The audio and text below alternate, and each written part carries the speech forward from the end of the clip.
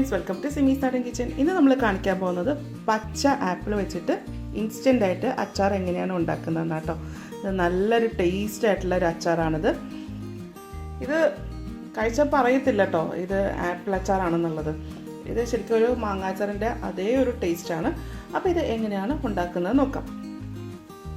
അച്ചാർ ഉണ്ടാക്കാൻ വേണ്ടിയിട്ട് ഞാൻ ഒരു പച്ചാപ്പിൾ എടുത്തിട്ടുള്ളൂ കേട്ടോ. അപ്പോൾ ഇത് തന്നെ അരിഞ്ഞ് കഴിയുമ്പോൾ അത്യാവശ്യം ഉണ്ടാവും കേട്ടോ. അപ്പോൾ ഇത് നമുക്കൊന്ന് ചെറിയ കഷ്ണങ്ങളായിട്ട് അരിയാം. അപ്പോൾ ഇതിൻ്റെ തൊലി കളയേണ്ട ആവശ്യമില്ല കേട്ടോ. അപ്പോൾ ഇത് എങ്ങനെ അരിയണമെന്ന് നോക്കാം.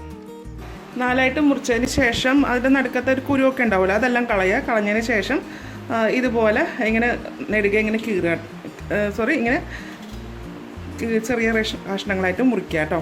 അപ്പോൾ നമുക്ക് ഓരോ കഷ്ണത്തിലും തൊലി വേണം. അപ്പോൾ ആ രീതിയിലാട്ടോ ഞാൻ മുറിക്കുന്നത്. എന്നിട്ട് അത് ഇതുപോലെ ഇങ്ങനെ ചെറിയ ചെറിയ പീസായിട്ട് മുറിക്കാം. അപ്പോൾ ഇത് ആപ്പിളല്ലേ, മാങ്ങ പോലെ അത്രയും കട്ടിയില്ലാത്ത ഒരു ഇതാണല്ലോ. അപ്പോൾ തൊലിയും കൂടെ ഉണ്ടെങ്കിൽ കഷ്ണത്തിന് കുറച്ച് കട്ടി ഉണ്ടാവും. ഇതേപോലെയാണ് ഞാൻ മുറിച്ചെടുത്തേക്കുന്നത്. ഒരു ആപ്പിൾ വെച്ച് ഉണ്ടാക്കുവാണെങ്കിൽ നമുക്ക് ഈ അച്ചാർ അധികം ഉണ്ടാവും കേട്ടോ. ഇപ്പോൾ ഉണ്ടാക്കുന്നത് ഇൻസ്റ്റൻറ്റ് അച്ചാറാണ്. അപ്പോൾ ഇതധികം ദിവസമൊന്നും ഇരിക്കത്തില്ല. അപ്പോൾ ഞാൻ കുറച്ച് ചെറിയൊരു ക്വാണ്ടിറ്റി മാത്രമേ ഉണ്ടാക്കുന്നുള്ളൂ. പിന്നെ ആപ്പിളിലേക്ക് ഞാൻ കുറച്ച് ഉപ്പ് ചേർക്കുന്നുണ്ട്. എന്നിട്ട് ഇതൊന്ന് ഇങ്ങനെ പുരട്ടി വെക്കാം. ഇതിങ്ങനെ ഒരു അരമണിക്കൂർ നേരം മാറ്റി വെക്കാം.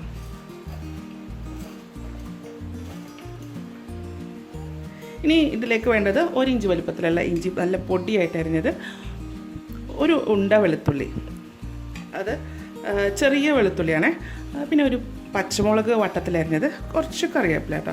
അപ്പോൾ ഇഞ്ചി വെളുത്തുള്ളി പച്ചമുളകിനൊന്നും പ്രത്യേകിച്ച് അളവൊന്നുമില്ല കേട്ടോ. അപ്പോൾ അതൊക്കെ ഓരോരുത്തരുടെ ഇഷ്ടം അനുസരിച്ചിട്ട് എത്ര വേണമെങ്കിലും ചേർക്കാം കേട്ടോ. അപ്പോൾ ഇഞ്ചി വെളുത്തുള്ളിയൊക്കെ ഇച്ചിരി അധികം കിടക്കുകയാണെന്നുണ്ടെങ്കിൽ അച്ചാറിന് നല്ലൊരു ടേസ്റ്റാണ്. അതുപോലെ നമ്മുടെ വയറിനും നല്ലതാണല്ലോ. അപ്പോൾ ഇനി നമുക്ക് അച്ചാർ ഉണ്ടാക്കി തുടങ്ങാം. ആപ്പിൾ ഉപ്പ് വരട്ടി വെച്ചിട്ട് ഒരു അരമണിക്കൂറൊക്കെ ആയിട്ടുണ്ട് കേട്ടോ. അപ്പോൾ അത്രയൊക്കെ മതിയാവും.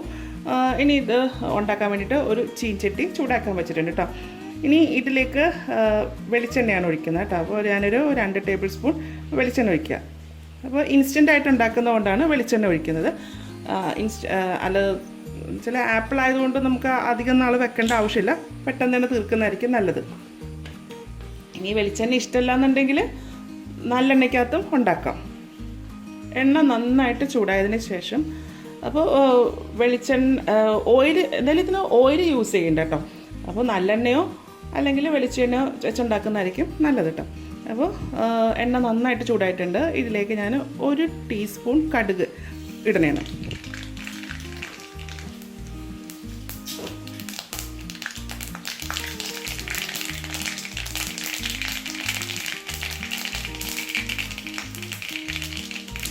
കടുക് പൊട്ടിയതിന് ശേഷം ഇഞ്ചി വെളുത്തുള്ളി പച്ചമുളക് അത് മുഴുവനായിട്ട് ഇടാം.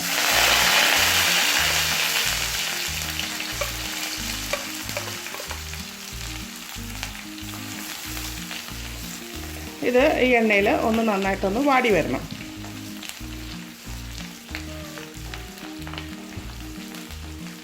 അപ്പോൾ അച്ചാറൊക്കെ എല്ലാം ഉണ്ടാക്കുന്ന ഏകദേശം ഒരുപോലെയൊക്കെ തന്നെയാണ് കേട്ടോ.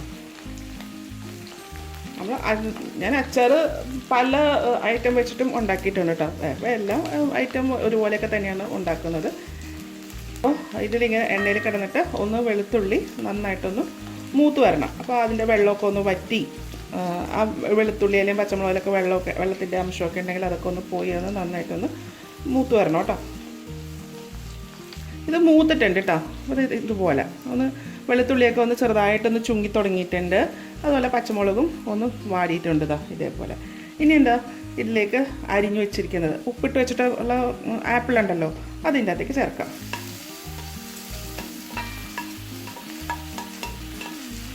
അപ്പോൾ ഞാൻ എടുത്തിരിക്കുന്ന ആപ്പിളിന് മധുരം ഉണ്ട് കേട്ടോ. സാധാരണ പച്ച ആപ്പിൾ ഞാൻ മേടിച്ച് കഴിഞ്ഞാൽ ഒട്ടും മധുരം ഉണ്ടാവില്ല, നല്ല പുളിയായിരിക്കും. അപ്പോൾ ഇതിന് ഒരു മധുരമുണ്ട്. ഇനി പൊടികൾ ചേർക്കാം. പൊടികൾ ചേർക്കുമ്പോൾ സ്റ്റൗവിൻ്റെ ഫ്ലെയിം നന്നായിട്ട് കുറച്ച് വെക്കുക, അല്ലെങ്കിൽ കരിഞ്ഞു പോകും. അങ്ങനെ കരിഞ്ഞു പോകുന്ന പേടിയുണ്ടെങ്കിൽ സ്റ്റൗ അങ്ങോട്ട് ഓഫ് ചെയ്തിട്ടോളൂ കേട്ടോ. അപ്പോൾ ഇനി ഇതിലേക്ക് ഒരു 1/2 ടീസ്പൂൺ മഞ്ഞൾപ്പൊടി, 1/2 ടേബിൾ സ്പൂൺ മുളക് പൊടി. ഇത് സാധാ മുളക് പൊടിയാണ് കേട്ടോ, നല്ല എരിവുള്ള മുളക് പൊടി തന്നെയാണ്. 1 ടീസ്പൂൺ കാശ്മീരി ചില്ലി പൗഡർ. ഇനി ഇതെല്ലാം കൂടെ ഒന്ന് നന്നായിട്ടൊന്ന് എണ്ണയിൽ ഒന്ന് മൂപ്പിച്ചെടുക്കാം. ഇപ്പോൾ കാശ്മീരി ചില്ലിക്ക് പകരം നമുക്ക് മറ്റേ നല്ല അച്ചാറിന് നല്ല എരിവ് വേണമെന്നുണ്ടെങ്കിൽ സാധാ മുളക് പൊടിയാണ് ചേർത്താലും മതി കേട്ടോ. അപ്പോൾ ഇനി ഈ പൊടിയൊക്കെ ഇട്ടതിന് ശേഷം ഇതൊന്ന് ഇങ്ങനെ ഒന്ന് മൂപ്പിക്കാം. അപ്പോൾ ഇത് ഒരുപാടൊന്ന് ഇതാകണ്ട, ആ പൊടിയൊന്ന് മൂത്താൽ മാത്രം മതി കേട്ടോ. അതപ്പോൾ ഇത് മൂത്ത് തുടങ്ങിയിട്ടുണ്ട്. ഇനി ഇതിലേക്ക് ഞാനൊരു 1/4 കപ്പ് തിളപ്പിച്ചരച്ച വെള്ളം ഒഴിക്കുന്നുണ്ട്.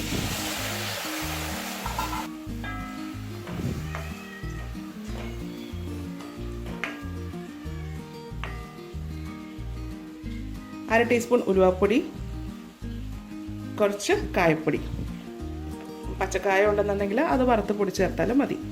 കുറച്ച് കായപ്പൊടിയും ചേർത്തിട്ടുണ്ട്. ഇനി സ്റ്റവ് ഓഫ് ചെയ്യാം. ഇനി ഇതെല്ലാം ഒന്ന് നന്നായിട്ടൊന്ന് യോജിപ്പിക്കാം. ഇതിലേക്ക് ഞാൻ കുറച്ച് ഉപ്പും കൂടി ചേർക്കുന്നുണ്ട്. അപ്പോൾ ഞാൻ ആദ്യം ചേർത്ത് ഉപ്പ് കുറവായിരുന്നു കേട്ടോ. അപ്പോൾ ചേർത്തേക്കുന്നത് കല്ലുപ്പ് തന്നെയാണ് കേട്ടോ. അച്ചാറൊക്കെ ഉണ്ടാക്കുമ്പോൾ കല്ലുപ്പ് തന്നെ ചേർക്കാൻ നോക്കാം കേട്ടോ. സ്റ്റവ് ഓഫ് ചെയ്തതിന് ശേഷം ഇനി ഇതിലേക്ക് ഞാനൊരു 2 ടേബിൾ സ്പൂൺ വിനാഗിരി ഒഴിക്കുന്നുണ്ട്. വെച്ചാൽ ഞാൻ പറഞ്ഞല്ലോ, ഈ ആപ്പിളിന് പുളി ഉണ്ടായിരുന്നില്ല, മധുരമായിരുന്നു ഒന്ന്, അതുകൊണ്ടാണ് കേട്ടോ. നല്ല പുളി ഉണ്ടെന്നുണ്ടെങ്കിൽ അതിൻ്റെ ആവശ്യമില്ല. അപ്പോൾ വിനാഗിരി ഒഴിക്കുമ്പോൾ സ്റ്റവ് ഓഫ് ചെയ്തിട്ട് വേണം കേട്ടോ ഒഴിക്കാനായിട്ട്. അപ്പോൾ എന്തായാലും ഈ പാത്രത്തിന് ചൂടുണ്ട്, ആ ചൂടിൽ അത് എന്തായാലും വിനാഗിരി ആയിക്കോളും. ശേഷം ഒരു പാത്രത്തിലേക്ക് മാറ്റാം. അപ്പോൾ ഇതാ നമ്മുടെ ആപ്പിൾ അച്ചാർ റെഡി ആയിട്ടുണ്ട് കേട്ടോ. നല്ല ചോറിൻ്റെ കൂടെയും കഞ്ഞിയുടെ കൂടെയൊക്കെ കഴിക്കാനായിട്ടൊക്കെ നല്ല അടിപൊളി അച്ചാറാണ്. ഞാൻ എടുത്തേക്കുന്ന ആപ്പിളിന് ചെറിയ മധുരം ഉണ്ടെന്ന് പറഞ്ഞില്ല, വലിയ പുളിയൊന്നും ഉണ്ടായിരുന്നില്ല. അതുകൊണ്ട് ഒരു എന്താ പറയുക, ഇത് കുട്ടികൾക്ക് നല്ല ഇഷ്ടമാകും. പിന്നെ അതുപോലെ ചെറിയ മധുരമൊക്കെ ഉള്ളതുകൊണ്ട് ബിരിയാണിയുടെ കൂടെ കഴിക്കാനും നല്ല അടിപൊളിയായിട്ടുള്ള അച്ചാറാട്ടോ. അപ്പോൾ ഇതുപോലെ ഒന്ന് ഉണ്ടാക്കി നോക്കൂ കേട്ടോ. ഉണ്ടാക്കി നോക്കിയിട്ട് ഇതിൻ്റെ അഭിപ്രായം എൻ്റെ കമൻറ്റ് ബോക്സിൽ. എൻ്റെ ചാനൽ ആദ്യമായിട്ടാണ് കാണുന്നതെങ്കിൽ സബ്സ്ക്രൈബ് ചെയ്യുക. വീഡിയോ ഇഷ്ടമായിട്ടുണ്ടെങ്കിൽ ലൈക്ക് ചെയ്യുക, ഷെയർ ചെയ്യുക. അപ്പോൾ ഇനി അടുത്ത ദിവസം അടുത്ത റെസിപ്പിയുമായി കാണാം. Thank you.